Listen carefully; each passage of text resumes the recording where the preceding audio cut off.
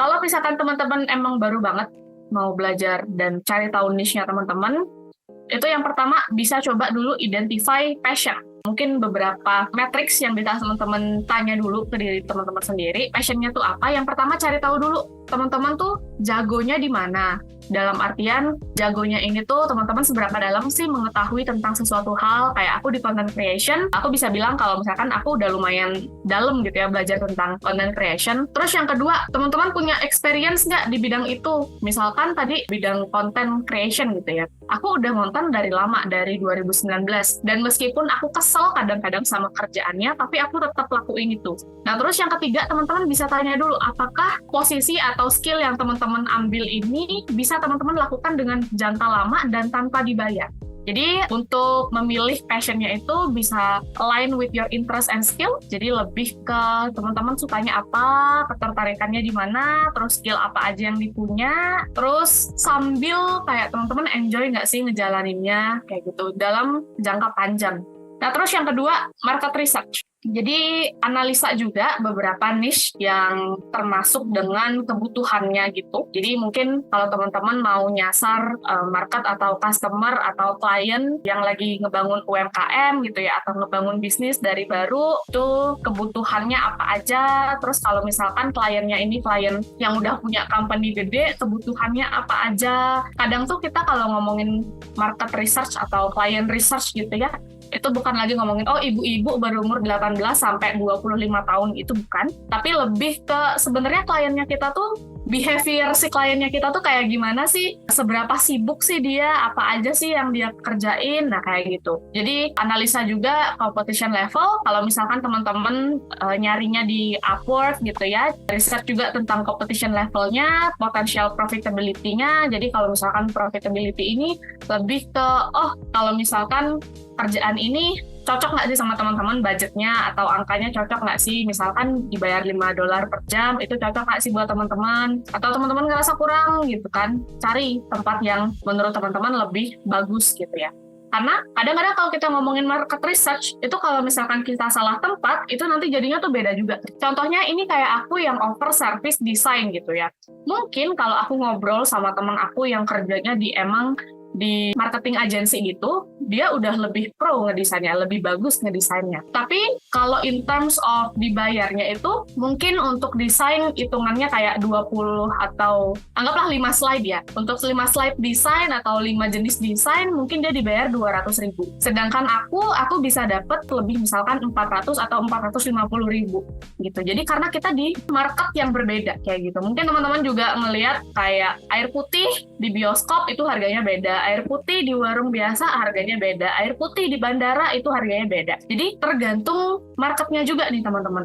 Nah terus self-assessment. Nah aku juga sering banget yang namanya self-assessment ini. Jadi aku tentuin goal apa yang mau aku cari, goal apa yang mau aku temuin gitu ya, yang mau aku capai. Dan terus identifikasi itu kekuatan sama kelemahannya tuh di mana. Jadi teman-teman jadi lebih punya gambaran lebih jelas lah tentang service apa yang mau teman-teman offer dan gimana caranya teman-teman nanti bisa bantu kliennya teman-teman. Nah contohnya kalau misalkan aku ngobrolin tentang service digital marketing gitu ya. Nah kalau misalkan ngomongin digital marketingnya itu untuk SEO, CRM, nah itu aku belum bisa offer karena aku belum bagus di sana. Jadi kalau misalkan ngomongin digital marketing yang tentang konten, tentang sosial media, itu aku kuat banget di sana. Jadi ketika kita sudah tahu nih misalkan bidang digital marketing gitu ya, kita merasa kita lemah di bagian SEO dan juga misalkan kalau aku tadi tuh CRM gitu ya, aku nggak akan offer service ini. Aku nggak bakal juga mengiyakan klien yang minta service ini. Karena aku tahu sendiri, kalau misalkan aku kerjain, aku nggak punya knowledge tentang itu, aku nggak punya experience tentang itu, dan aku takut juga melakukan kesalahan di bidang itu, jadi aku nggak ambil. Tapi kalau misalkan untuk sosial media, karena aku sudah tahu gambarannya, aku sudah tahu alur kerjanya seperti apa, jadi aku lebih berani untuk offer service ini. Nah, terus kita bakal bahas juga specialization. Nah, ada beberapa VA, dia tuh apa-apa bisa. Kalau kamu minta buat konten, dia bisa. Kalau minta buat ngedit video, bisa. Untuk nge-handle sosmed, bisa. Untuk nge-manage email, bisa. Tapi bisa aja sih kita menjadi seorang virtual assistant yang general gitu ya. Nanti tergantung sama skill yang kita punya sebenarnya. Tapi kalau kita lebih specialize di bidang yang kita mau, Jadi tuh nanti kita bisa kerja lebih efisien. Contohnya tuh misalkan aku kerja di sosial media gitu ya. Aku sangat aware tentang gimana cara buat konten, gimana cara nge-manage sosial media, biar tetap sesuai goals dan juga tetap efisien juga. Jadi maksudnya goal yang mau dicapai tetap tercapai, tapi dengan kerja mungkin effortnya lebih low, jadi lebih efisien. Nah terus increase demand. Jadi kalau misalkan teman-teman udah berada di satu bidang yang teman-teman mau gitu ya, misalkan di digital marketing, teman-teman nanti tuh bakal ya udah straight to the point, teman-teman cuma mau ngambil kerjaan digital marketing. Jadi nanti tuh nggak akan ada yang namanya aduh nanti gue dipecat nih dari kerjaan sini, amit-amit gitu ya, gue dipecat nih di kerjaan di sini. Terus nanti teman-teman ngelamarlah di tempat orang lain gitu dengan mungkin spesialisnya beda gitu ya. Mungkin ngelamar kerjaannya jadi kasir atau finance atau apa. Terus nanti kalau hal yang serupa terjadi juga loncat lagi mungkin ke bidang yang berbeda gitu ya. Kalau teman-teman udah specialize, jadi nanti tuh teman-teman lebih fokus. Oh, gue udah expertise di bidang social media.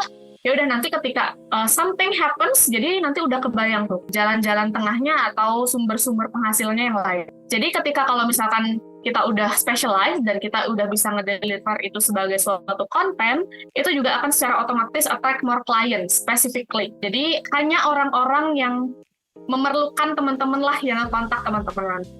Nah terus pricing power. Nah ketika kita udah specialize, ketika kita udah jago banget di satu bidang tertentu, nanti nggak masalah banget kalau kita naikin harga gitu kan, karena portofolionya kita udah banyak, experience kita kerja sama orang di satu bidang itu juga udah banyak, jadi akan sangat masuk akal kalau misalnya kita naikin harganya kita gitu kan.